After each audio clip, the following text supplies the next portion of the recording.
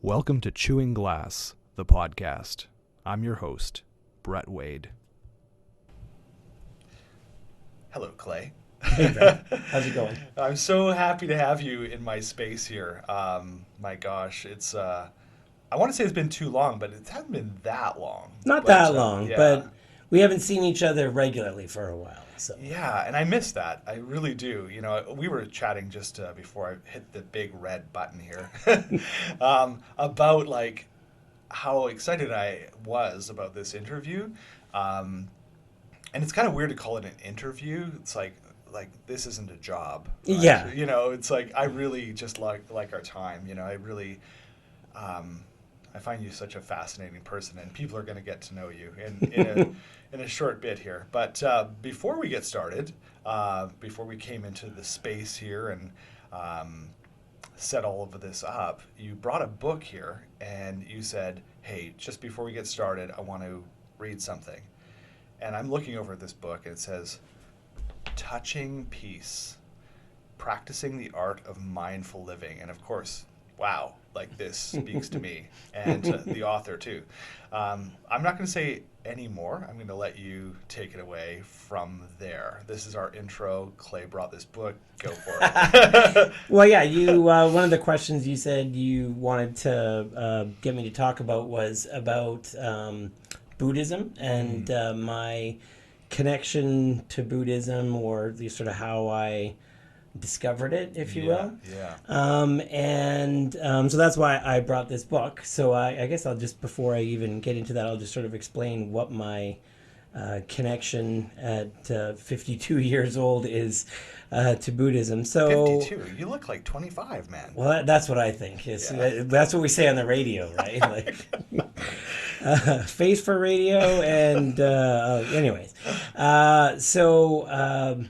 Yeah, I'm what I would call a secular Buddhist. Okay. So I'm not religiously Buddhist, but I look at Buddhism as philosophy, and it's a philosophy that really speaks to me. And after I discovered it about 20 years ago, more like 22, I guess, I sort of found that it solved all of the, over time, I didn't find this out right away, but over time, reading about it and practicing it, I found that it kind of solved all of the major issues of philosophy that I had come to discover at that point in my life. And so that's how I discovered it. I was in a bookstore. And I just, I didn't even, at that time, I wouldn't have, like, now I've got a whole definition in my thesis about what mindfulness means. Right, yeah. But at that time, mindfulness was, just like your regular, the common sense meaning of it. But still, I found this book kind of interesting, so I picked it up. And then I was just sort of flipping through it, and it sold me on page, I believe it's page 2. Oh, wow. Which is kind of interesting. So this kind of relates to how it relates to other philosophies and that kind of thing. So I was just sort of skimming it, and something about the back had made me think, oh, this sounds kind of interesting. But then I'm reading this one page, and it says, "In The Stranger, Albert Camus described a man who was going to be executed in a few days. Sitting alone in his cell, he noticed a small patch of blue sky through the skylight, and suddenly he felt deeply in touch with life, deeply in the present moment. He vowed to live his remaining days in mindfulness, in full appreciation of each moment, and he did so for several days." And then it goes on a little bit, but for me, one of the reasons that struck me so hard is that Camus represents existentialism, right? And this kind of a dark way of looking at life. Like, you could I looked at existentialism as kind of almost the root of all oppression, right? Like if you go to Jean-Paul Sartre, and there's this sort of arena of the psyche is broken into these two parts, right? There's this part that can be free, but it's kind of got nothing to hang on to. Or there's this part that's not free, that's like scripted and, reified or sort of pinned down. But that part has got structure, it's got substance, right? So you're kind of in this this tension between those two.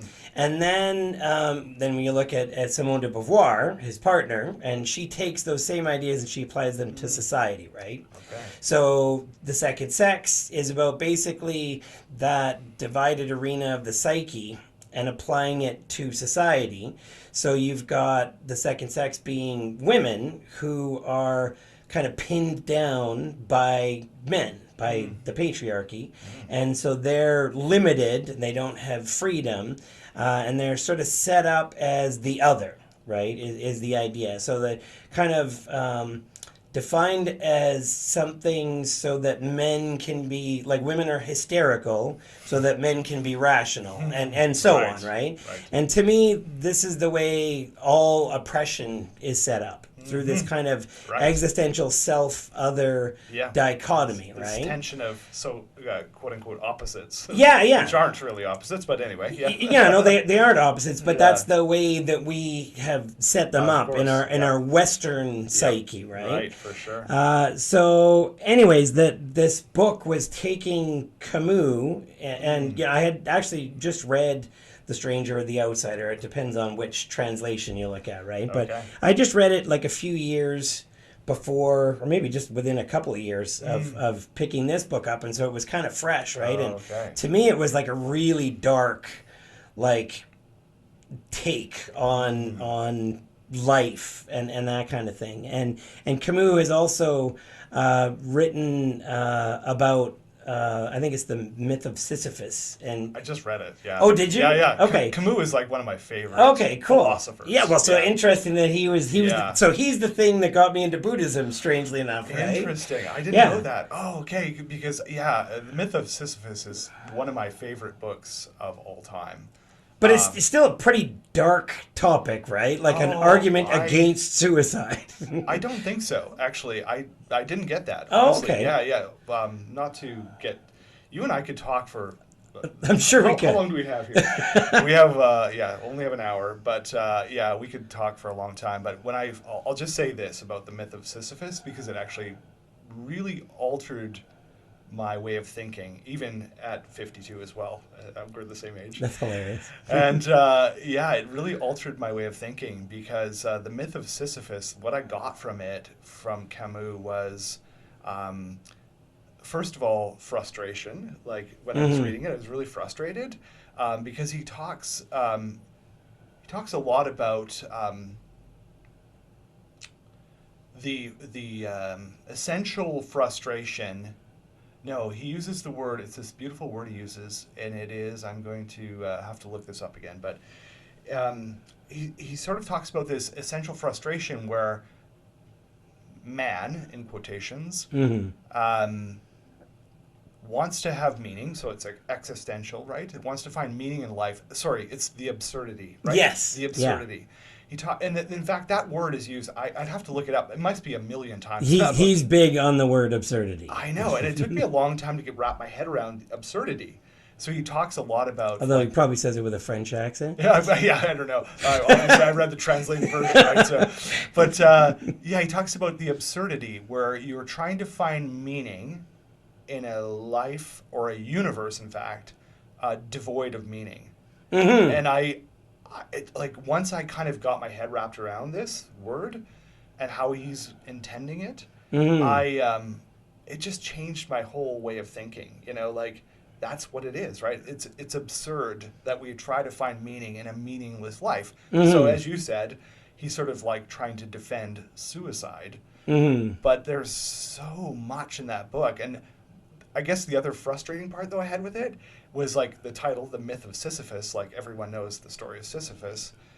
But he actually doesn't address Sisyphus until like the final pages in the darn book. Like it's so frustrating to me. Like I was like, oh yeah, like we're gonna just like sink my teeth into Sisyphus. He's in the background. He's pushing the rock up. I the know, whole but time. I don't feel it. Like I don't feel it in that book, right? I feel absurdity like halfway through. Like I finally get it, but then okay, we'll have to wrap this up. This Myth of Sisyphus, but I just like I was brought to tears by this book because finally he says on the final few pages, right? I'm sure you'll remember this. He says, in the end, we must believe that Sisyphus was happy. He found meaning in an absurd universe. And I was like, I literally, as I'm talking to you right now, like I'm kind of weeping a little. Like I know it sounds ridiculous. If you haven't read it, please read this book because it's that was the whole thing. And my wife has almost left me because I talk too much about Camus and this book because it's like, yeah, like I got it. Like, and I've been telling people, you know, I don't have many friends, so thanks for being here because I talk too much about Camus. But it's like, I got it. It's like, right, we're all struggling. We're all pushing the boulder up the hill. And I love that part too, where he says, you know, he pictures Sisyphus pushing the boulder up the hill and he struggles, right? And then for a moment though, the boulder rolls down the hill. He's standing on top of the mountain and he looks down and he, you know, has this smile because he's taller than the gods. He's higher than the gods. And he looks down, he's smiling. And he walks down with absolute peace and happiness. And for a moment, right, he's so happy. And so, I'll wrap it up. Oh, this is embarrassing. But he finds this absolute happiness and joy, right, as he's walking down and realizes, like, that's the meaning of life. Right? This is Camus' interpretation, obviously. It's all a myth. But he finds happiness.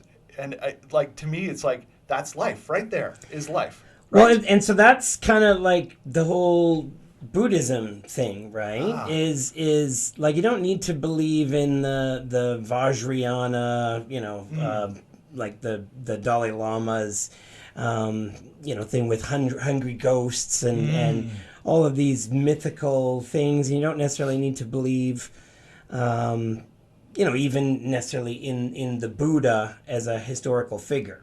Yeah. Although one of the many Buddhas, right? Yeah, right. But yeah. I like to think that there was a historical figure who did some of the things attributed to him. Right. And you're talking about the most recent Buddha, Siddhartha Gautama, okay, right? Yep. So, but the idea is that there is this suffering in life, or the term, the Pali term is dukkha, which is often translated as suffering, but suffering is a pretty limited translation. Like a better translation might actually be stress, but it could be stress, anguish, striving, like a whole bunch of different, what we might call negative emotions, right? Like undesirable or we need Brené Brown here right now. Yeah, like she would probably be down with this. There's a better word for this. but I've read some authors, and the best one that I like is stress. Yeah. So we all have stress, and of course suffering causes stress. So you could look at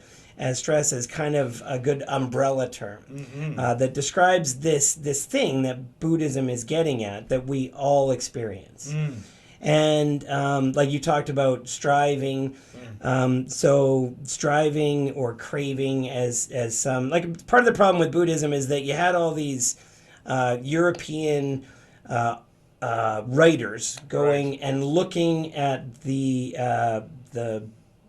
documents and translating them with their 19th century European point of view, right? Yeah. Then Kerouac and company didn't help. Yeah, but so you've got these like you say, Camus is interpreting a myth, and these British and European translators were interpreting these lived documents, right? Like when you actually read the suttas, like the Pali it's almost like scriptures. Yeah. Is a one way of putting it. Yeah. But that once again, that's got a certain connotation It does indeed, that yeah. it doesn't necessarily need to have Right. in the culture Right. or the philosophy of Buddhism. But they're translating these things, and even when you get a good translation that doesn't have its cultural biases in it, there's missing pieces Of course, to of these, course. because these monks have been before they were like scratched into leaves hundreds of years after they were first recorded and started to be passed down.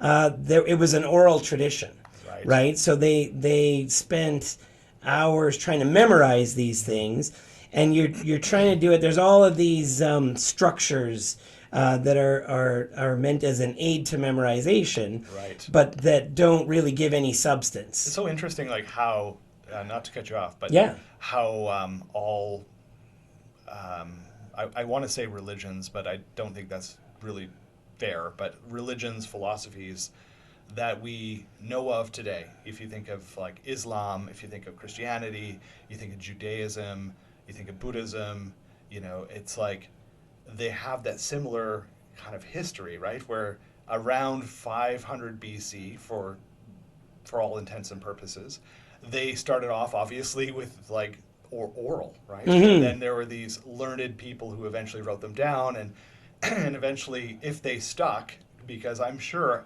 I've often thought about this. There are supposedly somewhere around 2,500 different religions in the world. I've often thought, how many didn't stick? How many there was this, probably a guy who was yapping about this idea, right, and this like deity that he invented, and he was yapping about it for like most of his life, and then he died, and he had like 5 followers, like my Instagram page, and then it just like evaporated, right?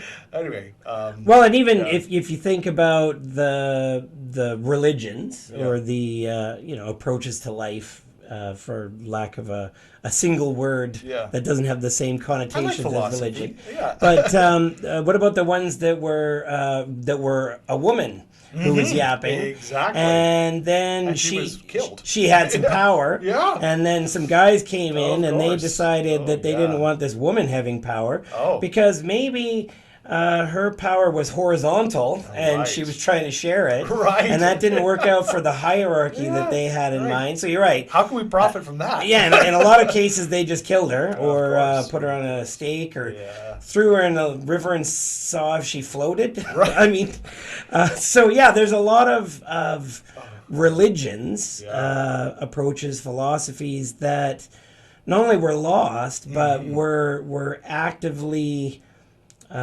competed with and stamped out by people with an agenda. Right, exactly. Right, and so even Buddhism has its sort of its big divide between Mahayana and Theravada, which are the Vajrayana. And then Vajrayana. I think it's kind of like almost part of Mahayana, but it's like a little bit different, right?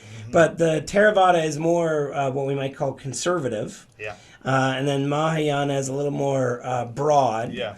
And that kind of thing. But at the same time, I really like the monks often, but any author, but usually the authors are either monks or they were at one point monks and then gave up the monkhood kind of thing. But I like the monks who try to find the parallels. Yeah, I like this. Who try to find the sort of the same shit, different pile kind of aspects to it. Absolutely. There's a book by Joseph Goldstein. I think it's called One Heart, but it's the idea is he takes Vajrayana and Mahayana and Theravada and he tries to distill what are the main ideas that are maybe reflected in different specifics in these teachings, but that can resonate across. I love that. Gosh, I really could talk to you about this subject for, I don't know, hours for sure. I want to go back to the beginning because we might have lost a few people if they were listening. They're like, wow, here's Brett and Clay just yapping about Buddhism. Camus. Camus, yeah, exactly. So we didn't even get into post-structuralism, so good thing. We might. Hey, hi, Clay. Hey. I want to start actually at the beginning, not of time, but our time. Yeah.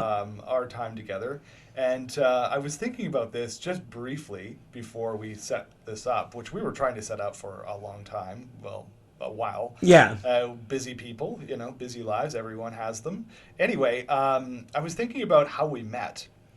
And I'm guessing we have a different version of this. I wonder curious if we do. I'm curious to hear now. Okay, so my version is that there was this men's club. Yeah. Do you remember the men's club? Yeah. It was short-lived. And I think that was the first time I met you. Yeah, it was. Yeah. Okay, and I'm going to tell you something. This is, I hope you'll appreciate this. We had this elitist men's group, and it was myself and Jason and a few other people. Yeah. And Jason said to me, he's like, hey, I have a guy who I think might be good for this group. But?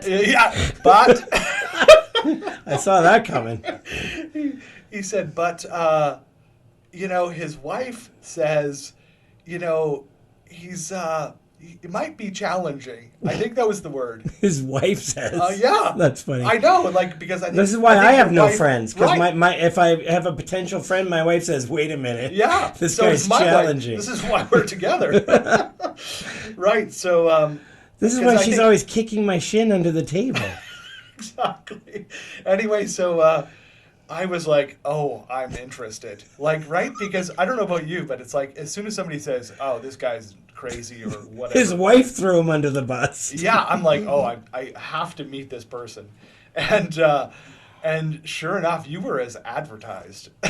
Well, I wish I could remember what actually, I said. I think you were undersold. First. Oh, okay. You were much more challenging and interesting than you were petitioned to be, and I am so grateful because I was like, oh my God, he doesn't want to talk about the day-to-day stuff, we just spent, I don't know, half an hour almost talking about Camus and Buddhism, and I'm like, oh, this guy is he's on my page, this guy is interesting. And I will say, almost without reservation, you might be one of the most interesting people that I know, and so we have to get into your history. So that's how. So we agree. That's how we met, right? That was. Yes, that is how we met. Yeah. Okay, right. And I remember a couple of other things I recruited you for a ill-fated hockey tournament. If you remember that, years ago at the 3-on-3. Oh, my God, that was right. Yeah. So there's a couple, and I was kind of curious which one was going to be the first thing that you remembered, but it was definitely I forgot about that. And I think Hal we did. Green I think we there, called, Hal Green. I think we called it the men's club. I think that's. Oh, jeez. I briefly created a little Facebook group for it. Did you? With pictures of a party that we had at your house. See, I forgot about that. Oh my God! Wow. Yeah, that was. It was like Wayne and Wayne and Hal and. Right. Oh my God. There's a couple other people I can't remember. We were so organized. Well, I remember the strangest things, but when I'm trying to leave the house, I can't remember where my car keys are. Right. I get this. Oh my God. Right. Okay. So we do agree that was where we met. Okay. That is. Okay. Clay, we have to talk about your history. At 25 years of age. Yeah, you have a lived life, and I love that about you. So, would you mind starting from the beginning, not the very, very beginning, but let's talk about where you were born. Okay, well, I was born in Slave Lake, Alberta, Lesser Slave Lake, not Greater Slave Lake up in the Northwest Territories. I forgot it was that. Yeah. And I only lived there for a little while because my dad was in the RCMP. So we moved around a lot because he would get transferred. Of course. So I went to 3 different high schools. Okay. Wow. But it's funny because now that we're talking about it, if I start at the beginning, there's a couple of interesting stories in there. So My dad was in the RCMP, and so as a kid, I wanted to be a police officer. Like, this was my first desired job, and I kind of, with the chewing glass kind of metaphor and the intensity, I kind of go all in on things. Yeah, so, I got that about you. when I wanted to be a police officer, I wanted to be a police officer. So my dad would give me, like, when his hat got worn out and he was going to get a new one, he'd give me the old one. Oh, perfect. So you got a picture like a 7-year-old wearing a oversized RC, with the yellow bin and the black top. Yeah. And then when his belt, his holster, got old and he got a new one, he gave me the old one. Oh, wow. So now I've got a tightened, we put some extra holes in the holster. Oh, so I've got this, and I've got like a 6-shooter cap gun in the holster. Oh, and I'm out on my tricycle because my parents wouldn't let me ride a 2-wheeler until I was a little too old. So I'm out on my tricycle directing traffic. Oh, great! So now, fast forward. Sorry, how old are you at this? 7, maybe 8, kind of thing. So now, we're going to fast forward, and I'm 21. Okay. And I'm in 3rd year law school. Okay. And as you I have a reputation. Yeah. And my reputation in law school is that I'm one of the 2 anarchists in law school. Okay. So I'm not anarchist as in anarchy, like, I'm not the Clash or something like that. Right. But anarchism, like Kropotkin, Chomsky, like these are... Interesting you went to law school. Well, it is, because if you think that the disease... is law. I got it. Where are you going to go to try and think about and construct the cure, right? Wow. So, that's a whole other Camus type conversation. Yeah, but, for sure. So anyway, so I've got this, like, I kind of dress like a little bit of a hippie. I'm the youngest person in law school in my year. Now I'm in 3rd year, so I'm no longer the youngest person, but I'm sorry, were you, like, historically significant in terms of, like, one of the youngest people to probably. Like, well, no, because I took a couple of years after I graduated. I did an article right away. Okay. So because I was still having a bit of a identity crisis, I eventually caved and articled. But okay. I didn't know that. Okay, sorry to cut this off, but still, I was pretty young when I was articling. Because my contemporaries were, like, on average, like, the people I hung out with were all 5 years older than me. Now, this is going. And they were young. They were the young people in law school. I see. Okay, so to get into law school, though, maybe it's changed, but I doubt it has. Like, can you go in? Like, you have to have some prerequisites, right? Like, so generally you have to have a degree. Right. And then so how are you there? It's the LSAT score. Of course. So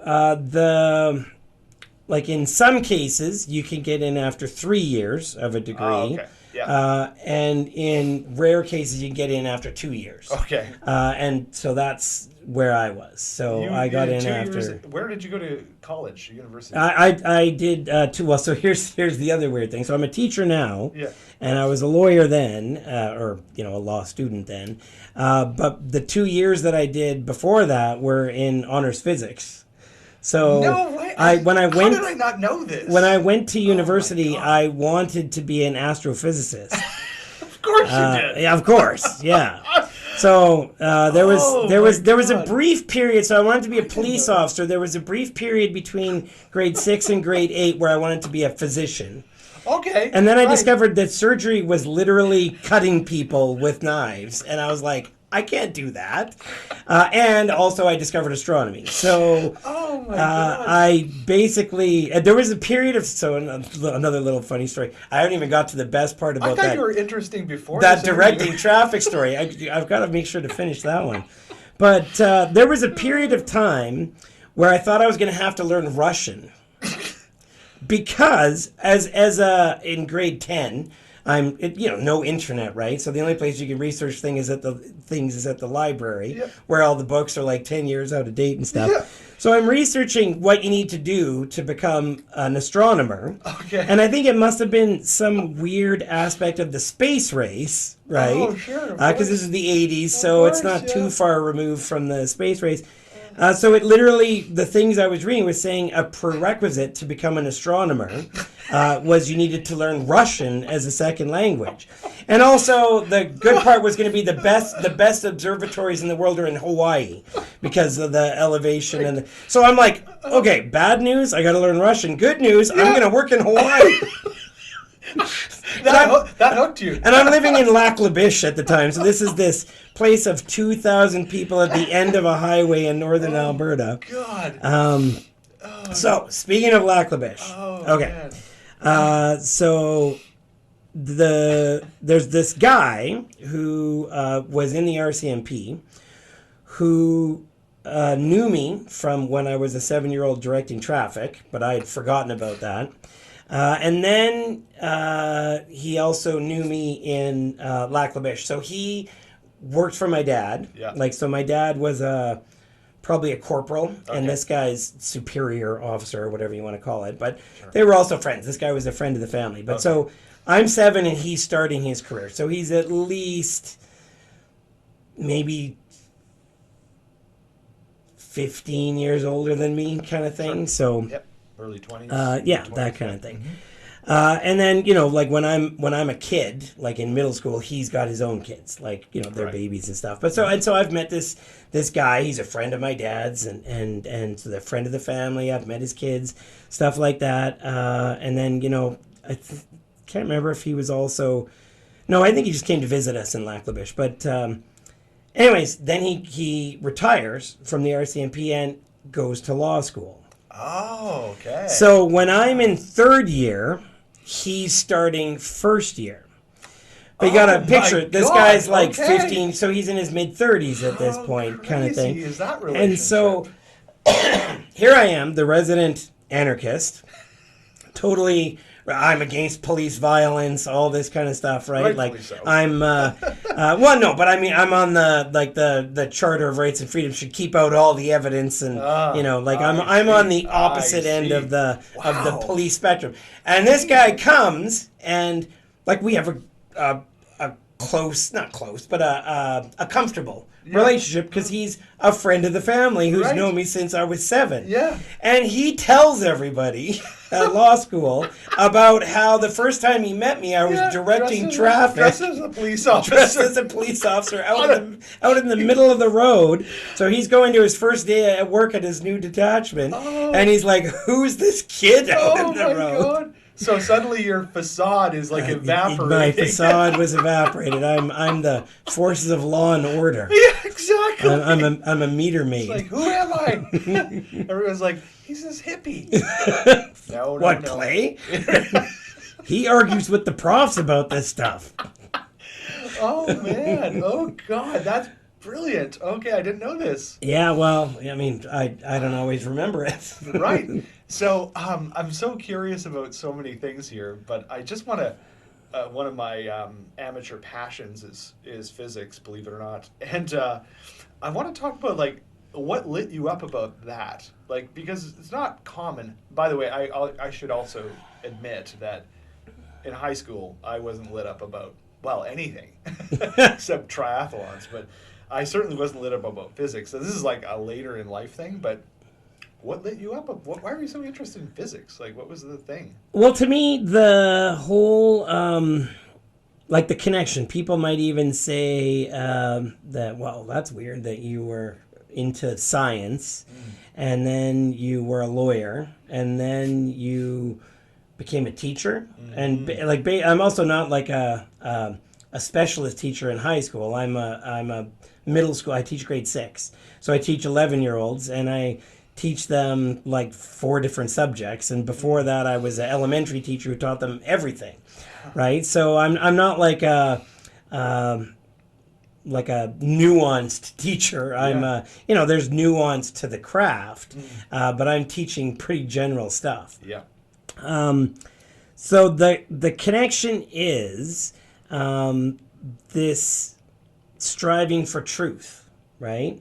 So this kind of relates to. I didn't think you were going to go there, by the way. It's the truth. I was thinking like, sorry. Yeah. I'm so fascinated because I was thinking as you were setting it up, setting this up, I was thinking, the connection is the connection. And like that's Buddhism. Like I was thinking, that's a big, and for me, that's actually connects to the truth, right? Because I wouldn't have thought that when I was first like really interested in physics and learning the Newtonian kind of billiard ball model, right, where everything's separate and it's all about forces acting on things and all of that kind of stuff. I really liked that analytical piece, and it was kind of like, what do we see? Like, so astronomy really interested me because you've got stories in astronomy like Galileo, he's got his newly invented telescope and he's looking up at Jupiter, and then he's like, wait a minute, there's these other dots around Jupiter, and there's there's a video on the internet somewhere that I've got in a Prezi I made at some point, and it takes his little sketches. So he's sketching, and he's got Jupiter's like the big dot in the middle, and then he can see 4 of the moons. Wow. This is being recorded on audio, but I just raised 4 fingers. But Got it. so he can see 4 of the moons with his telescope. Wow. And they're changing location or over time. Yep. He can see that they're in different places. Wow. And so he's drawing this. And then you can see day 1, day 2, day 4, and then if you actually the video on the internet turns it into a little animation. Oh, brilliant. And when you do that, you can see it's like a stop motion animation. You can see them rotating around you. So and this is at a time. This is why he got in trouble with the Inquisition, right? Because this is at a time where it is truth that everything revolves around the earth. So there can't be, it's blasphemy to say that there are things revolving around something else. Yeah. So for him to say, hey, Jupiter's got these 4 satellites that are revolving around it is literally blasphemy. Isn't that crazy? But at the same time, you've got, the Ptolemaic way of looking at the solar system as everything going around the earth, and it's being replaced with the Copernican idea. And then you got people looking at how it's actually, if you use ellipses, then mathematically you can explain the orbits. And then you've got Newton, who's using gravity to put the sun at the center of the solar system. And so you've got this. And it's all crazy that this is all recent, in terms of history, right? Because I might have cut you off, but I think you're going to Einstein, right, who develops his theory of gravity, and it's like, wow, this is just recent. Even back to Copernicus, this stuff is Galileo. This is not long ago. Well, so this is the truth piece, right?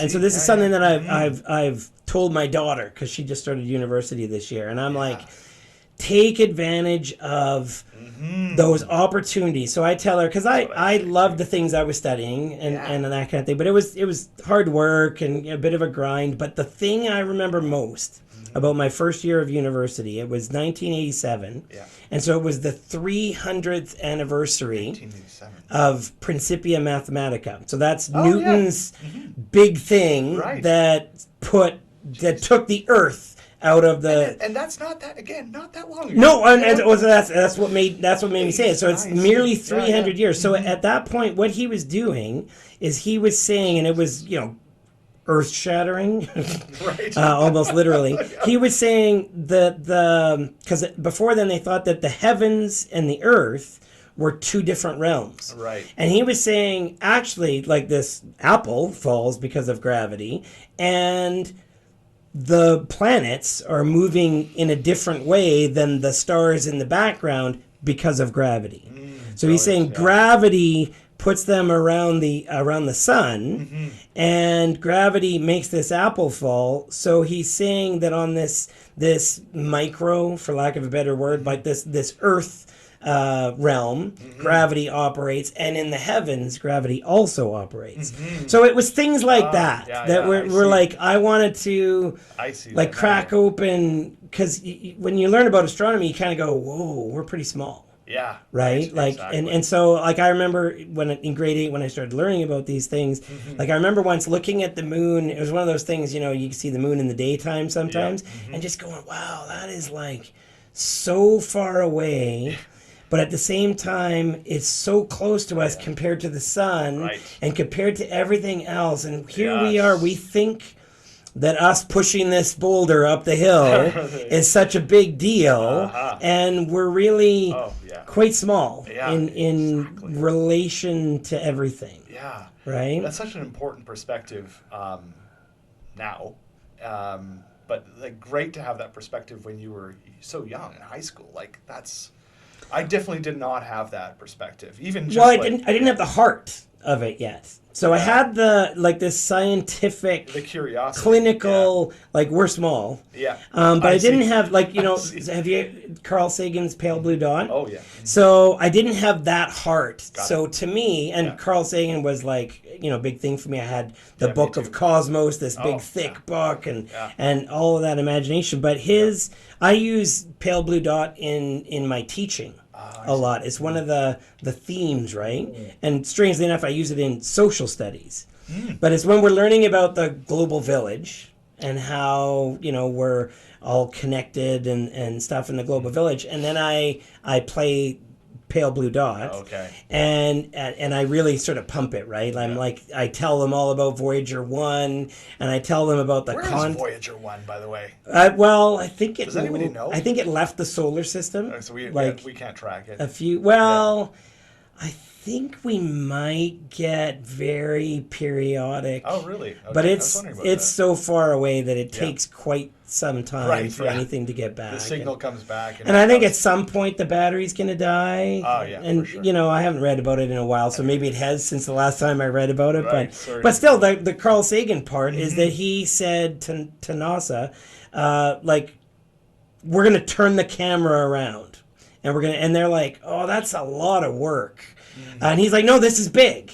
And then, but then literally it's not big. They take this picture and it's this, if you didn't have the story, you'd be like, what is this? Is a smear. Right. This picture's a smear, and the Earth is like barely a pixel. Yeah. It's this little, and you have to point it out when I'm showing it on the screen to my students. I have to like literally get up there and point, and I'm like, this is the Earth. But that's one of the, he says, that's here. That's us. Yeah. And then he goes on, and he's just so eloquent about how, you know, people have fought over these small portions of that minuscule dot.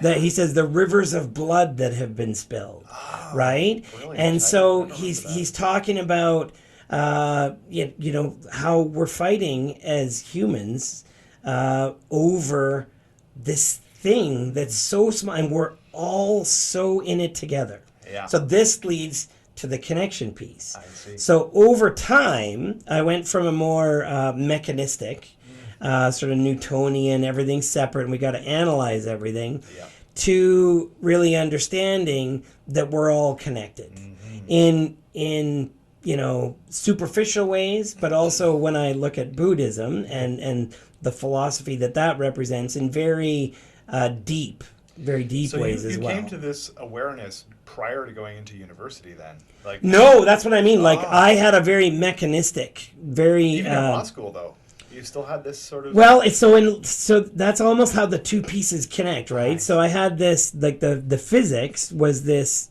search for truth. Okay.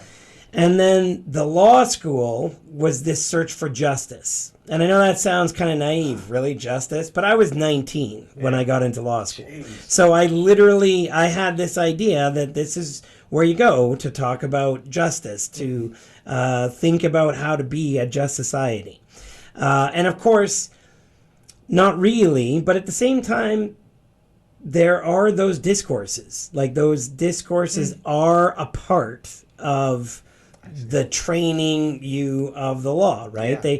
It's almost like to make it interesting, to make these, specific dull rules Right. about personal property interesting. Yeah. We throw in this Yeah. philosophical discussion of should there be personal property, Right. although it's kind of biased. It's like, why should there be personal property? Which, of course, to the anarchist in the crowd is like, wait a minute. Yeah. Oh. Yeah. So that was the heart piece. I see. Okay. So strangely enough, I got my heart in law school. I see. Because that's where I was about social justice, right? Like that's Okay. what as soon as we could start taking electives, I was taking things like environmental law, and it's going to date the terminology, but native law, which then the terminology was so in flux that the next year, the course that I took was called First Nations Government. So literally, I was short there period of time while changed, yeah. the terminology was in the middle While the of white changing. folks were changing it. While the white folks were kind of going, are we really using the best word here? Because, Indian Act. It's Right, like I know. Columbus was literally so lost when he said, oh, you guys are Indians. They're like, well, the white guy says we are. The Taino people Oh, in right, Hispaniola. exactly. Yeah, We're yeah. like, I don't know what these Indians are, but okay. Come on in. That's what you want to call us. Oh man. Yeah. Okay. So that's where the heart came in, and then I kind of went, wow, I'm not really accomplishing much for justice. So after, like I say, I took a couple of years and didn't practice, but then I sort of found out, well, when I come advertised as a law school graduate, everybody kind of expects me to have this real world knowledge, Yep. and I don't have that because I've just got the theoretical law school knowledge and I don't know about the practice of law. So I did decide 2 years later to article, which then gets you your credentials, like you're now entitled to practice law. And then I started practicing, and the thing is, I was representing people. Like, I'll give you like a sort of outlier case that I had. I was representing a single Indigenous mother who was charged with welfare fraud. And welfare fraud is kind of, this goes back to the bias about property, right? It's kind of in this stealing from your employer, raping children. It's like, these are the things that you don't need to have a record to go to jail for. Like most things, you even commit a burglary, you're probably, if you've never done anything before, you're probably going to be able to get a suspended sentence. But if you commit welfare fraud, steal from your employer, or harm children, you're going to jail first time, kind of thing. So, and this is at a time when there was this new thing, it had just come in called a conditional sentence, which we would sort of think of as house arrest, where you get a jail sentence, but you don't go to actual jail. And so and this is like, it had just been passed. So I'm representing this mother, and I'm trying to get her a conditional sentence so she doesn't have to go to jail. And of course, it's got all the pieces, right? She's Indigenous, she's poor, this new law and stuff like that. So I win that case, and I get her a conditional sentence, and it's like the Crown is like, whoa, like, yeah, it's kind of like what? This kid, this 25-year-old managed to do that. Wow, but that's an amazing story. Wow. But all of those things, I was never, that one a little more, I was actually arguing, she's got to take care of her kids, she's Indigenous, she's, had this tough life. But all the other ones, like my other Indigenous client, I'm not arguing he's Indigenous, he's had a hard life, there's the impacts of colonialism, all that kind of stuff, which now you have Gladue rights on sentencing to have that kind of thing taken into account. But at this time you didn't. Okay. But what I'm doing is I'm trying to argue under Section 24.2 of the Charter of Rights and Freedoms that the evidence was inadmissible according to Section 8 because it was an unreasonable search and seizure. And I'm pouring all of this effort into this false narrative, right? Like it's a narrative that I'm just using to try and accomplish something else. Yeah. And instead of actually discussing colonialism and poverty and these kinds of things, I'm discussing the overreach of police powers and you know, Historical case law. Yeah. so it didn't match, right? Like I'm not I'm investing and I'm living this one narrative when I'm trying to do it in service of another narrative, and so the mismatch really didn't. I didn't want to keep doing that. Got it. Oh. And also, I wasn't making any money. So I'm doing those things on legal aid, and half the time I'm doing, if it's not legal aid, it's pro bono, and I'm not getting paid. Wow. And so I really was like eking out an existence. Oh, wow. Okay. So if I was going to, be able to raise a family, I'd have to start defending drunk drivers or something like that. Right. And that's not really. I mean, I could do it. Yeah. But that's not what I was in it for. Wow. Okay. I think I had a vague sense of why you left the law. I'm getting a much more clear sense now. So at some point you make this decision, whether it be poverty for yourself or other, that this isn't your calling, right? And it's more than poverty, obviously. It's this mismatch. It didn't seem but to it's fit. but it's like deeper than that, right? Like it seems to me like it was something deeper. And at some point you decide to change direction. Why? Well, I guess it makes sense to me, but I'm going to ask it anyway. Yeah. Why teaching? Well, there's a couple reasons. So the one reason that's most related to law is I would sometimes represent young offenders, right? So, I'm representing these kids who are going down the wrong path, and I'm thinking, like, you needed a teacher or something. You needed some guidance that would have taken you away from this path. Right. So there's, quite simply, like, how can you try and create justice in the world is by teaching justice is one way, right? Like, so the way I teach humanities, so social studies and that kind of thing. So the theme in grade 6 when I'm teaching it is about global citizenship, like understanding. We talk about fair trade chocolate, and we talk about sweatshops, and obviously I don't just launch in on September 5th with, hey kids, don't buy things from sweatshops, Right. But I build up this understanding of how we're connected to people in other places, and I do fair trade chocolate because kids all like chocolate, and it's this really clear example of the chocolate that we get comes mostly from West Africa, like places like Ghana or the Ivory Coast, and there's poor conditions for workers, there's poverty, there's actual slavery, and then there's the stuff gets taken to Europe to get processed, and then it comes here, so there's the carbon footprint, and so there's all these pieces. So I use all of those kinds of things to basically teach my students about global citizenship. Right. So not only am I kind of on that micro level trying to impact individual students so that they don't become criminals, but I'm trying to imbue them with a sense, is that the right word? With a sense of social justice, right? Like about, colonialism, about our place in the world. Okay. And I think there was a point I was trying to get to, but I went on too much of a tangent. Oh, that's great. It's a beautiful tangent. As I said, I know we could talk for hours. I want to be respectful of your time. What time do you have to leave at? It's like almost 9 o'clock. Oh, I don't think I need to pick up my daughter. I got to drive my daughter to work. I don't think I need to pick her up till like 9.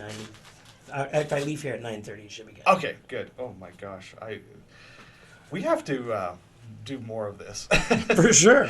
There's so much to talk about. Maybe I'll start a podcast and then I can yes! have you as my first guest. Please, I would be honored. I would be honored. Oh I won't have the mic set up and everything though. You can borrow this. This is like, we'll do it right here. a cheap set. Yeah, exactly. We'll just flip chairs. You won't even be able to tell. Exactly. Oh my god. Okay, so you make this decision. You're living in Vancouver. You're practicing as a lawyer.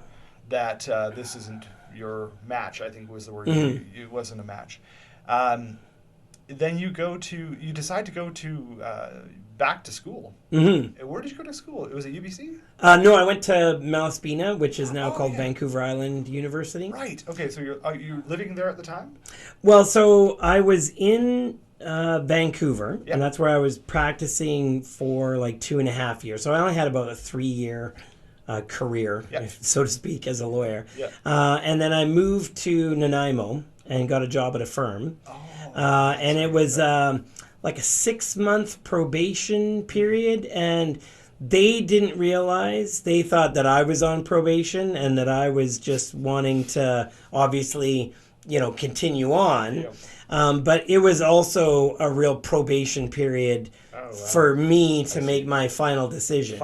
So in the meantime, I had already done all the research that I needed to do about applying to get into a Bachelor of Education program. And you'd be surprised how much research I had to do. So I don't sense you're the kind of guy who doesn't do a lot of well, research. no, but I wouldn't have done as much research if it wasn't quite as complicated as it was. So is it still this way, by the way? Well, probably, but Yeah. it was mostly about how they were interpreting prerequisites. Oh, okay. Mm-hmm.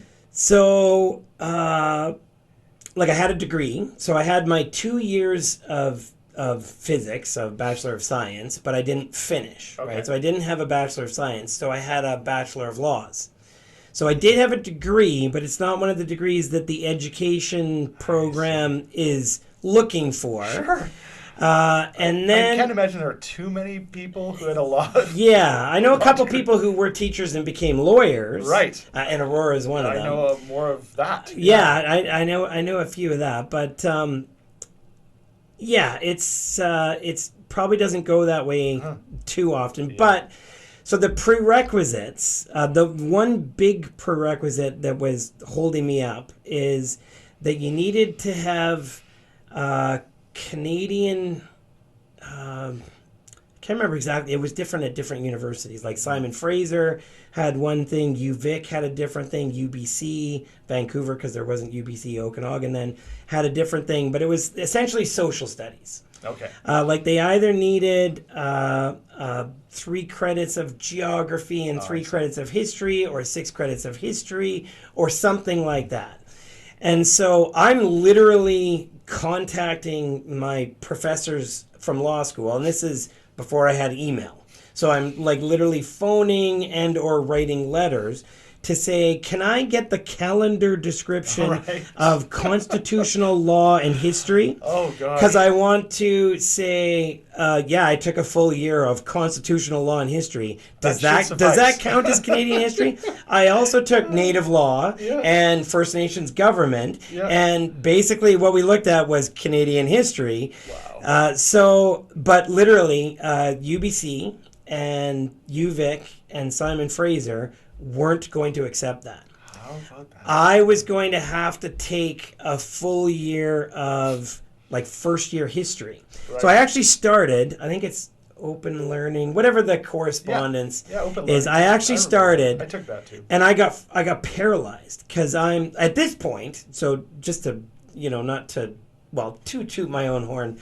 At this point, I've been quoted by the Supreme Court of Canada on the subject of oral histories and evidence law. Like literally the Delgamuukw case, which is this, at the time, the biggest Aboriginal title case, has quoted me. Like not just like cited my article, but literally quoted something that I wrote in an article, in a thing I put in Alberta Law Review. And I'm having to take this first year history course. So the first assignment is like write this paper about whatever. And I'm like, oh my God. I literally can't not go too deep. Like I'm trying to write this paper and I'm kind of like, how do I write this with these limitations with what they're looking for a first year history course? Oh my Because God, I Clay. literally, Wow. I could practically teach the course. Yep. So I couldn't actually teach that course, but I mean, I could, so I was paralyzed. But then luckily, right around this, so this is the only course, I didn't fail it, but I withdrew from it, and I withdrew from it too late. Okay. So I've got on my university Doesn't look transcript, good. there's all these good marks, and then a withdrawn too late, or whatever it We says. also have that in common. Anyway, it's all So, but Malaspina, they had a really good program. okay.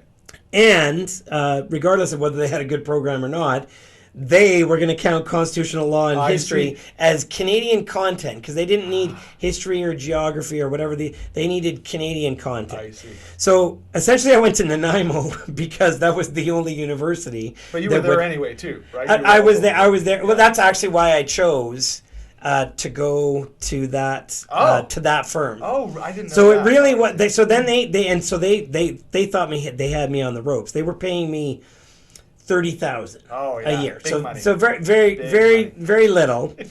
And they kind of brought me in, and they thought they had the upper hand. So they Yeah. brought me in at my 6 or 5.5 months point. And they're like, "We'd like to keep you on, but we're gonna keep your. You haven't been bringing in that much money." And I brought in, for me, going to a new town and starting a new practice.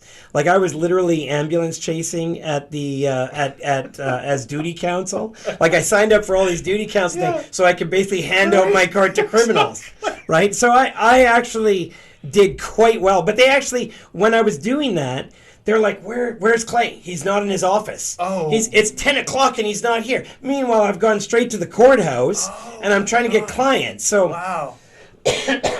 Jeez. anyway, so they were kind of douchey. But Yeah, so they bring me in and they're like, they think they've got me on the ropes. They're like, but we're just going to keep you at 30 At the grand a salary. year. We're not giving you any And I'm money. like, okay, I'm not interested. And they're like, kind of like, what? Like you've moved here. Yeah. You're like this you is say, this is you're on all the you ropes. this is Yeah. all you got, buddy.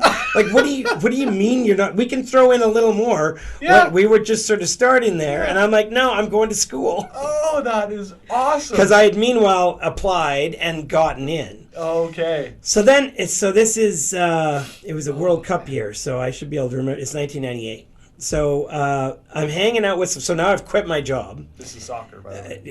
It's World Cup is soccer, so I'm hanging out with some friends from my soccer team, and so I've quit my job, and they all know that I'm a lawyer. But Right. and they're like they work at Cal Tire or whatever because Yeah. they're my soccer buddies. Yeah. And so we're sitting around watching World Cup '98, and so I say, they're like, so what are you gonna do? Like you've just quit your job, like, and I'm like, oh, I'm gonna go to school to get a B.Ed. I want to be a teacher. And I remember this one guy who was bright enough, but kind of he was a bit of a stoner, right? Yeah. He would drive home from the bar in stealth, so he would turn off his headlights so the police couldn't see him. God. Smart in a I didn't way. even know that was a thing. Yeah. Oh my God. Anyway, so he's like, dude, I hate to tell you, but it's too late for you to apply to get into a B.Ed program right now in the fall. And I'm like, yeah, I know. I already did. I already got in. And he's like, oh.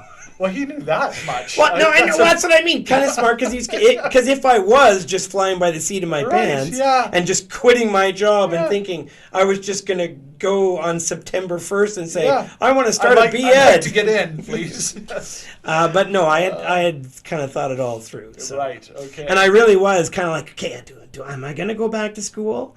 Or am I gonna, become a lawyer? Continue to become a lawyer. So you're going to university in Malaspina. Is that where you meet Megan, by the way? Yes, yeah. Oh, you do. Okay. In our program, the B.Ed program. Okay. I don't know a lot about Megan, obviously, but is she from there? Like, why was she there? No, she's from here. That's why. That's why right. we're here in Kelowna. So she was born here, and Ah, then moved away. that's how she knows Chris Gordon. Yes. I Yeah, see. they were friends like high school. That Oh, kind of thing. okay. Yeah. And Lynn is her friend from like when they were kids. I got it now. Okay. Yeah. So, sorry, why did she go to Malaspina then? What was?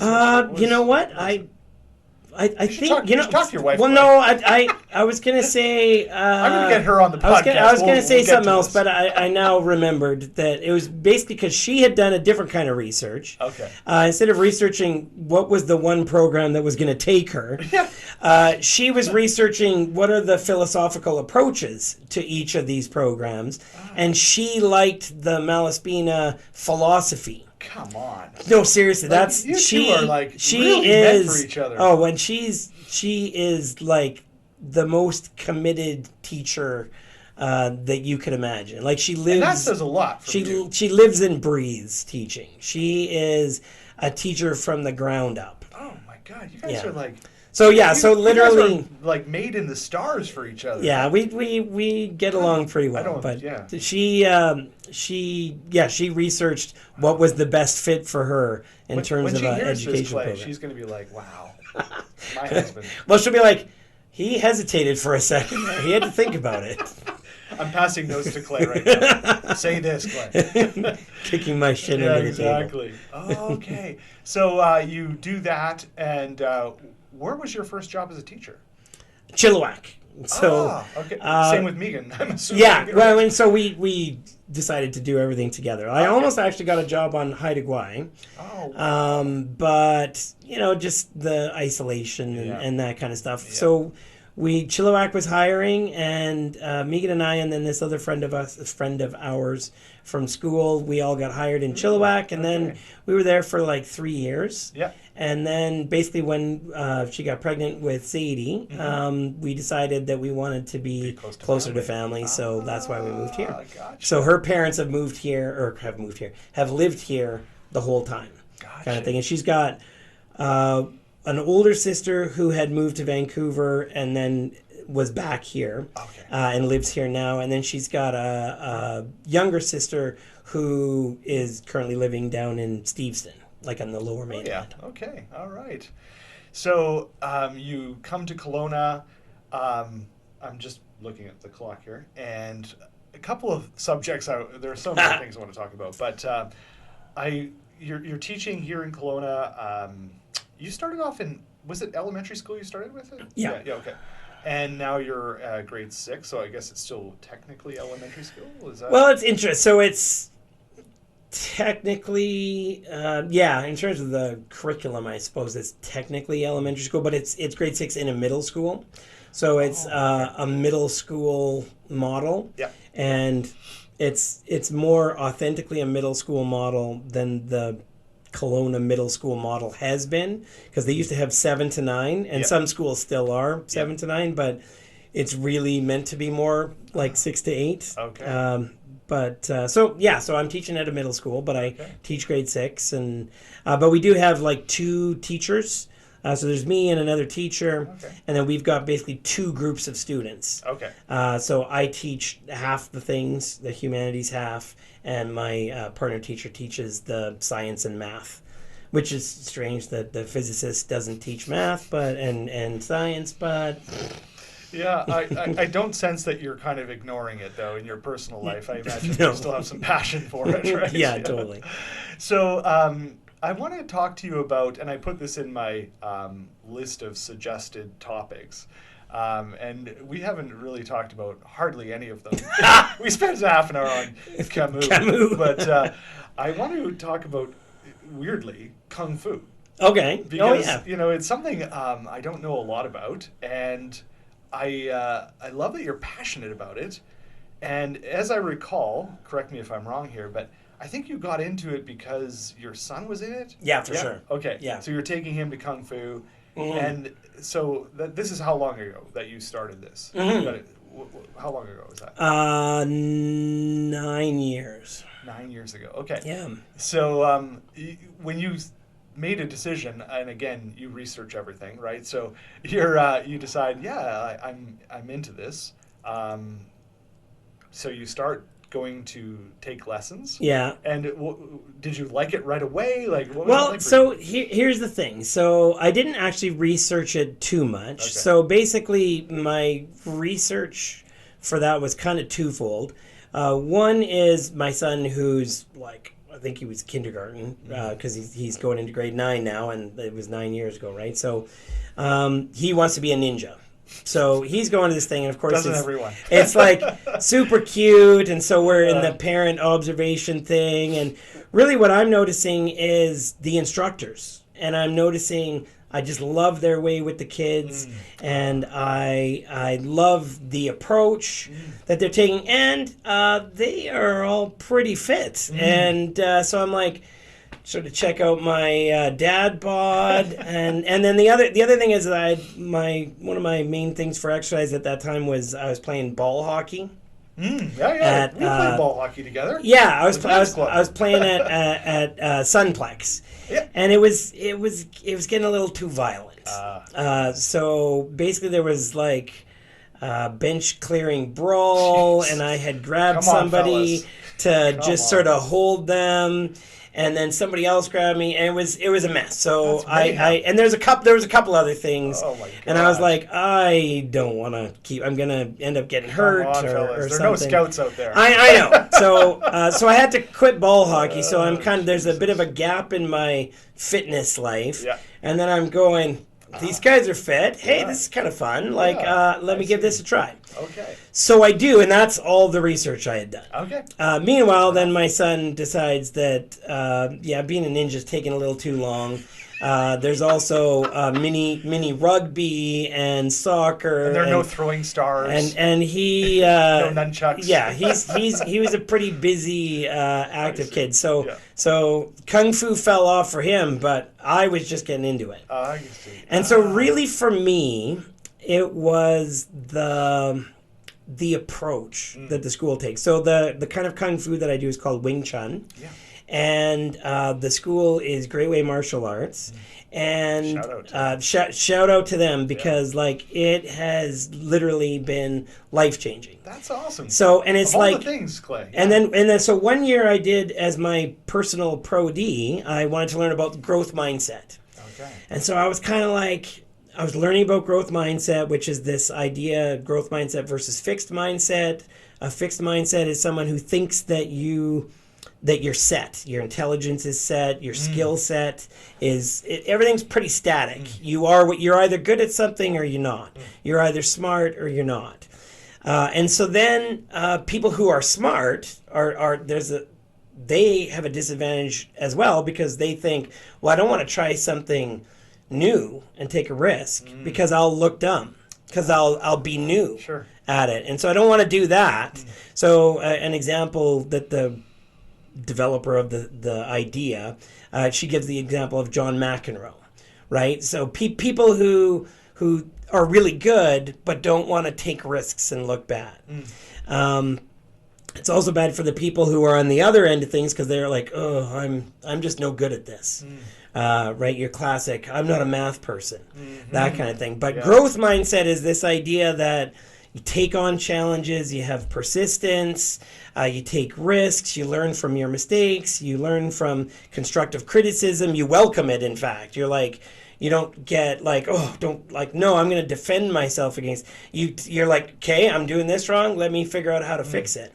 And that's the approach that they take. But it's not a criticism for criticism's sake.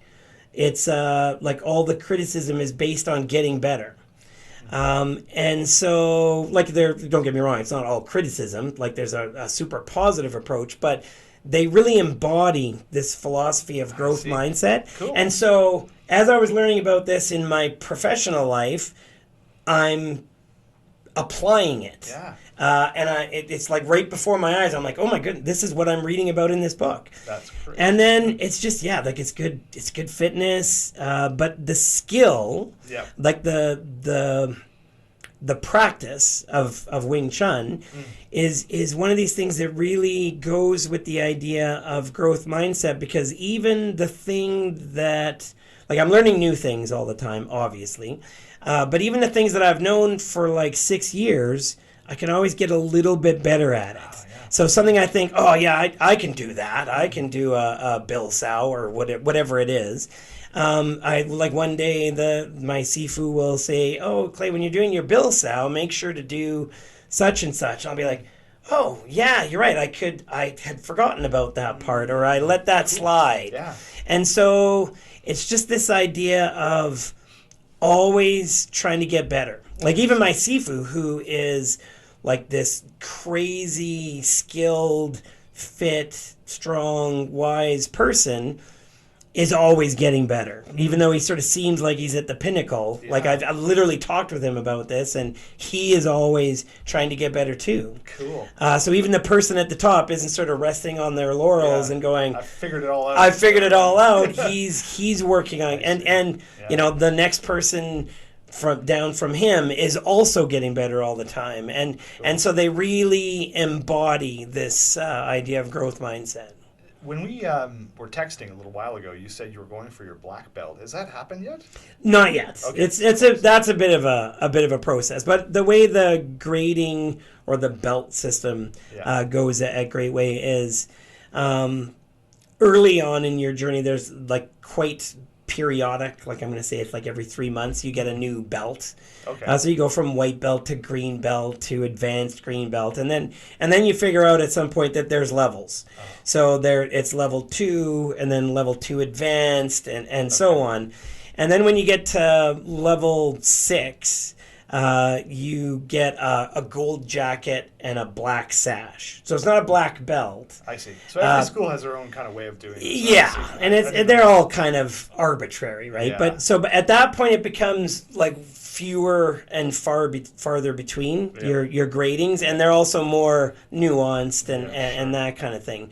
So between level 6 and level 7, it was about a year. Okay. And then level 7 and level 8 about a year. I think it was about 2 years before I did my level 9, because that was a pretty big one. I assume though you have to like pass some tests. Yes, right? you do. Yeah, there's a grading. Right. And Gotcha. and it's like pretty. So my level 9 grading was pretty intense. Okay. And so Megan came and watched, and she was like, she thought I was going to have a heart attack because I was breathing so hard. Because it's like they're putting you under. Okay. Right, and you got multiple attackers and Oh, wow. attack after attack Yeah. after Okay. attack kind of thing. And level 10 is the black belt. So that's my next one, and I've now had my level 9 since right before the pandemic started, so about 2.5 years. Okay. Yep. You guys So were shut down, I assume, for a bit there too. they were, but they repurposed and they started doing Zoom classes. Oh, so okay. Yeah, good. they were really quite masterful with how they did, and it wasn't as good as Sure. going in, but it was sort of keeping us Yeah. getting some exercise, learning some things, and cool. so they every time there was a new wrinkle, they just pivoted. Okay. And it was funny because before it got shut down, to do the distancing, we started learning bow staff, which is this gigantic long staff. Oh, yeah. And there's like a form that you can do, and certain kind of So you're doing attacks this in and your, defense. in your kitchen. Well, no, they were doing that before things got shut Oh, I see. down. Okay. But after the wisdom was to be 2 meters apart, Yeah, all they right. literally started having us do bow staff all so that right. we So would you're far be apart. so Got that we it. would be distanced, but still we're getting some exercise. And so every time there was a wrinkle, they pivoted. Good for them. And but it's still. I mean, there are places like them that have shut down Yeah. because Oh, for they sure. couldn't Yeah. keep going, right? Absolutely. Like Yeah.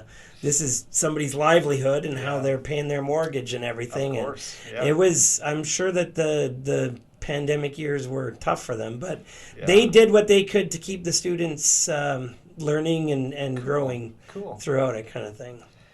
So I really now see the sutra, the thread, right? Yeah. Between all of your steps, and I think it's true of everyone's life story, right? You can like take anybody at middle age and older in particular, and you can look back and see, oh, I see it now, and I'm really seeing this with you. And as I look at my clock here, and we've got just a few minutes left, I want to sew this back to Buddhism, if For I sure, may. yeah. So Buddhism is something that I've been casual, I suppose, Mhm. with in terms of my research and interest and practice. Meditation is a major part of my life. I think you know that. I've been practicing meditation since university. And I don't know if we've ever talked about this, but I fell into it in a way for survival. I was in university and really struggling emotionally. I was experiencing profound loneliness. And I don't think that's I think now we talk about this a lot more, right? As a society, we talk about loneliness and the effect on mental health. And I thought I was the only one who was really, I looked at everyone, this is of course before internet, before social media, and everyone seemed to have it together. And I thought, why am I drinking alone in my dorm room? Like, this was literally what I was doing. And I was sad and lonely, and I thought, I got to figure something out. And I remember going to the library. We were talking about libraries. And I remember searching, and I literally found this book on meditation. I can't remember who wrote it. Oh, cool. Yeah, and I pulled it off the shelf and took it out and went back to my dorm room and cleared off my beer bottles and opened it up. And the first meditation I learned was Trataka, which is visualizing the flickering flame, right? And, Yeah. so I really latched onto it, and I took to it like, a thirsty person to water. I just was really into it, and I just did it religiously in quotations every day, at least once a day. And I still do that meditation almost probably once or twice a week now, but it changed my life. Like, it saved me. So I really, and so that kind of really lit a flame for me, which was Trataka and meditation. And then I, eventually got into yoga, and we of course intersected because you taught meditation at our yoga studio, and I loved your meditation. I think we didn't have it going very long, but in fact, I didn't own that yoga studio very long. But anyway, that's a whole nother story. That's episode 4. Episode 4, exactly. But when you were teaching meditation, I just loved your style. And what I loved about it is like this conversation, right? You brought a book, and I'll never forget, I don't know if you remember this, but you read out this passage from a book on Buddhism, and you were talking about Rahula, Okay, yeah. the Buddha's son, right? Yeah. And you were talking, and I'm going to butcher this whole thing, so I'm careful as I kind of dip my toes into this. But you were talking about how the Buddha was talking to Rahula about his importance in life and how, it was about love. And anyway, you were talking about how much the Buddha loved his son. Anyway, it was a conversation about love and impermanence. And as you read this, I thought, wow, this is brilliant. And then this like chattering mind was saying, yeah, but when are we going to get to the meditation? Right? Because Clay was just reading. And then this thing went off in me. I was like, having this sort of meta experience. That I was like, wow, this is it. Right? This is the meditation. And I just was like, I mean, how many years ago was that? 5 or 6 Probably, yeah. years ago? But I'm still affected by it. Like, that Nice. reading has still affected me. I still think about, even though it doesn't sound like I really remembered it very well, but it really affected me so much. I was like, wow, it was one of the best meditations, I want to tell Nice. you, that I ever had, was listening to you read the story by the Buddha talking to his son Rahula. Like, I'm still affected by it. Well, that ties in to what we were saying earlier, because that's one of those ones that if you read the actual Sutta, there's a whole underlying thing that is part of the tradition that monks have passed on. If you just picked that up off the bookshelf and read it, you'd be kind of like, okay, yeah, I get a little nugget of wisdom out of this, but I don't get it. It doesn't. It's not compelling. But there's this whole, like a subtext that goes with that story that explains it, that gives it its context, and like the main thing that you get from reading the text is I am not that. That is not me. This idea of not identifying with things, Right. like even your own identity, which you literally would identify with, but that's part of the wisdom of Buddhism, is that that's where you get stress from, is identifying with even your identity, because it's going to be impermanent. The person I was when I was in honors physics is no longer the person that I am now, right? Even though we sort of share the same body, but as a scientist, you know that's not even true. Exactly. I've discarded all the cells. Right. I've breathed out all the oxygen. 7 years, that's it. Peed out all the urine, right? Yeah. Like the one of my favorite Buddhist teachers is Ajahn Sona, and he literally takes a sip of his water and he goes, you know, it's funny because we think that like we're something, but here I am.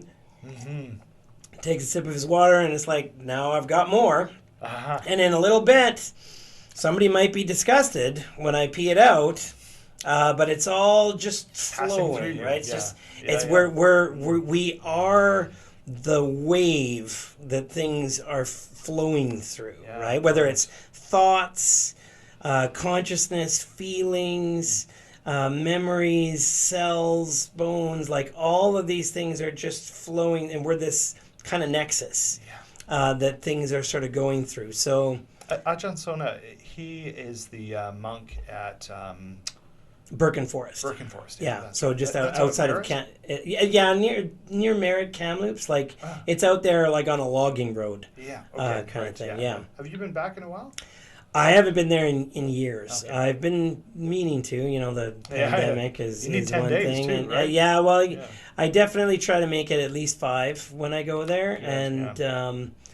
The difference between having a daily practice and having days in a row is something else. So true. Hey? Yeah.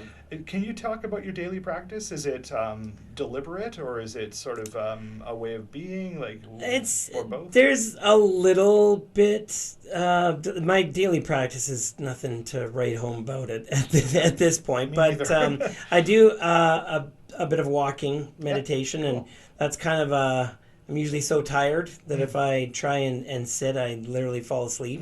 So I just try and do mindful walking. Got it. Yeah. And usually chattering mind is even going on there, but that's half the point, right? Yeah. Is recognizing that and being with that. But can I just share something on that? It's I teach meditation. I know you teach it as well, obviously. We've talked about that. But one of the things that I think is almost the most important thing that people need to learn about meditation. It took me a long, long time, and it was actually the Dalai Lama who said this. He said, somebody asked him about his chattering mind, and they asked him, how long can you sit in silence without having your chattering mind? And the Dalai Lama, in his beautiful way, just sort of like looked up towards the sky and was like, about 6 seconds. And it was like tremendous relief for me because I was like, I heard this like 10, 15 years ago because, I'd been doing my Trataka, doing all this meditation, and I'm like, okay, Brett, you got it. You're not there yet, Brett. You're not there. And it's true, but I kept thinking that one day I'm going to have a completely silent mind. I'll be like the Dalai Lama. And for him to say 6 seconds, it was tremendous relief for me. I was like, oh, we all have this. You would probably like Sharon Salzberg, too. She talks about, just sort of being okay with yourself and just Yes, recognizing yes. it and Oh, just sort of bring yes. it back sort of like gently as you would I Yes. can't remember, maybe it's Jack Cornfield who talks about the dog. Like, you don't want to beat the dog when it goes and does something. You just want to Right. gently Gently lead it correct. back. But of Yeah. course, it's gonna go off and do its thing All the like six time. seconds later. All the time. Yeah. Yeah. And that freed me. Like, it was so Mm-hmm. freeing. And now I think about um, my own personal practice, and I want to record a meditation. This is my goal for this my summer break, is to record a meditation, which is the gratitude for the chattering mind. Like, I Oh. really want to have gratitude for it, because like even when I hear what the Dalai Lama said, or Sharon Salzberg, or some of these, very experienced meditators talk about, I want to. It's not even just awareness. It's more than awareness. It's gratitude. Mm-hmm. Right, and Yeah. that's my next step with it. It's like, oh, thank you for this information. Well, because Thank you there for the there would chatter. be no silent mind wouldn't mean anything, or calm mind wouldn't mean anything if you didn't have that opposite side of the coin, right? Back to Sisyphus, Yeah. right? Well, and that's also like that's a big thing that like Thich Nhat Hanh even talks about being grateful for having a non-toothache. Because you don't think about Right. it, but then when you have a toothache, you're like, oh, I hate this. I wish I Yes. wish I didn't. So when you don't, Yes. be grateful for that non-toothache, right? Because everything Yeah. is Yes. a flip side. Have you read the Quran, by the way? No. So the Quran, I've read it a couple times, and one of the brilliant pieces of wisdom in that book, which again, kind of like we were talking about with Buddhism, written by people, but it was oral, right? Mm-hmm. In fact, Muhammad was supposedly illiterate, So anyway, he would say these things as he kind of had this insight when he was in the cave, meditating or praying. But one of the beautiful things of the Quran is this tension. This is almost perfect timing to wrap our conversation up. But it's this beautiful tension when you read it. It's like, if you do this, this is what will happen to you. Allah will do this to you. But this is the peace you can receive also. It's this really brilliant Nice. tension, and a lot of, I find, philosophical works express that. Camus does that brilliantly. Mm-hmm. Wow. Okay, this is a great way, I think, almost to end this. I just want to, first of all, thank you so much. I'm just so affected once again by your presence. Like, every time I'm with you, I'm affected. I've waited to I've been longing for this conversation, like, not recorded, but just this conversation. In fact, I'll show you when I leave, but I have this little meditation bench, and I built this because of you. Oh, nice. Yeah, like when you were teaching meditation, I was bringing my bench. you brought your bench, and I'm like, that is really awesome. Like, now that I'm a little older, I can't sit cross-legged very well anymore, so I built that because of you. And in fact, I had my kids make them too. Oh, I nice. tortured my children, and not literally, but well, they might think so. But I asked them to make these as well, and they never use them. But anyway, that's my tribute to you, my little Nice. meditation bench. I want you to have this opportunity. Like, I know you're doing a lot of things, as everyone now will know, but how do they find out about you? Are there ways in which you are out there on social media? Yeah. Well, I'm on Twitter, and mostly I'm just posting my hurdle solutions and Wordle solutions Oh, yeah. and stuff like that. But I'm pretty sure on Twitter I'm Clay Macleod, ClayMcleod, 1969. I'm Okay. pretty sure. I'll put the link on. Okay. Yeah, and I've got my consult. So on top of being a teacher, I do writing Yeah. and workshops, that kind of thing. So my consulting website is continuumconsulting.ca. Okay, we'll put that link on there. Yeah. Cool. So that's Wow. that's about it. My friend, thank you so much for this. Like, I am just honored to have this time with you. And I guess, it's like one of these oft-used sayings, but it's like, to be continued, but I really mean it. Yeah, for sure. Sometimes we say these things, it's like it's socially acceptable, but I really, we have to do this again. Like, we don't have to record it, but Yeah, no, for sure. I've really enjoyed this too, and like the Camus piece and all the stuff. Unexpected, right? Well, and we've got a lot of synergy in our thinking and that a lot kind of intersections thing. for sure. Yeah, lovely. For sure. Okay, Clay, thank you so much. All right, thank you. To be continued. To be continued.